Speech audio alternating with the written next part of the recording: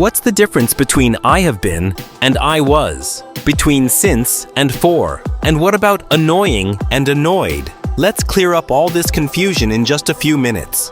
Let's start with I have been and I was. Many English learners mix them up, but they express two different ideas. When you say, I have been busy, it means the action started before and continues now. You're still busy. It connects your past to your present. For example, I have been tired all day means even at this moment, you still feel tired. But when you say, I was busy, you're talking about something that happened before and ended. It's in the past. For example, I was busy yesterday means that yesterday you had things to do, but now you're free. The difference is simple but powerful. I have been means the effect continues, while I was means it's finished.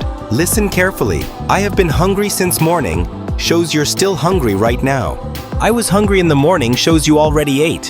One connects to now, the other doesn't. Now let's move on to since and for. These two little words can be confusing, but once you understand them, they're super easy. Since talks about the time when something started. For talks about how long it has continued. If you say, I have lived here since 2020, you're telling me when you started living there. But if you say, I have lived here for 5 years, you're showing the duration, the length of time. Think of since as a starting point, a date, a year, or a specific moment. Think of for as a period, minutes, hours, days, months, or years. Listen again. I've known her since childhood means I met her when I was a child, and I still know her now. I've known her for 10 years means the total duration of time is 10 years.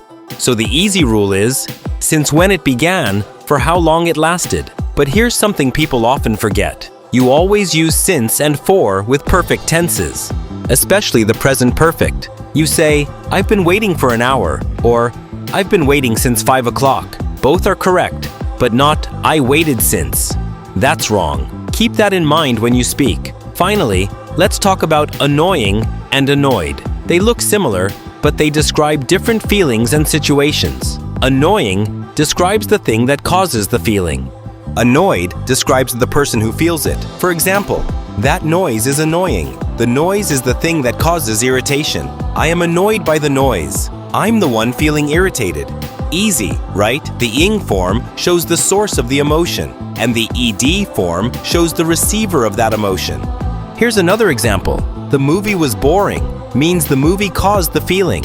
I was bored means I felt that emotion. So when you want to describe something that makes you feel a certain way, use the eng adjective annoying, boring, tiring, exciting. But when you want to describe your emotion, use the ed adjective annoyed, bored, tired, excited. Listen carefully to the difference.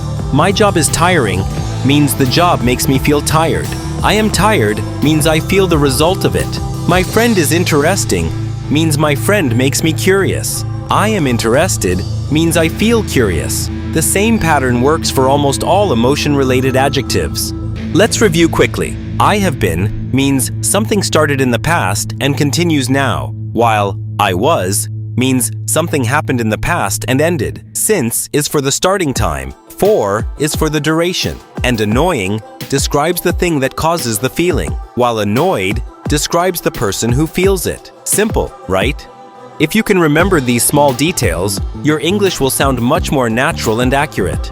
So next time someone asks, "Why are you tired?" you can say, "I have been working all day," not "I was working," unless your work is finished. And if the traffic is making too much noise, say, "That sound is annoying," not "I am annoying." Remember, I am annoyed, not I am annoying. Words may look similar, but their meanings are completely different. Mastering small grammar details like these is what makes your English smooth and professional. If you found this helpful, repeat after me. I have been learning English for 5 minutes since this video started. That sentence includes both have been, for, and since. Congratulations, you just practiced all 3 in one sentence. Keep practicing every day, and soon you'll never confuse these phrases again.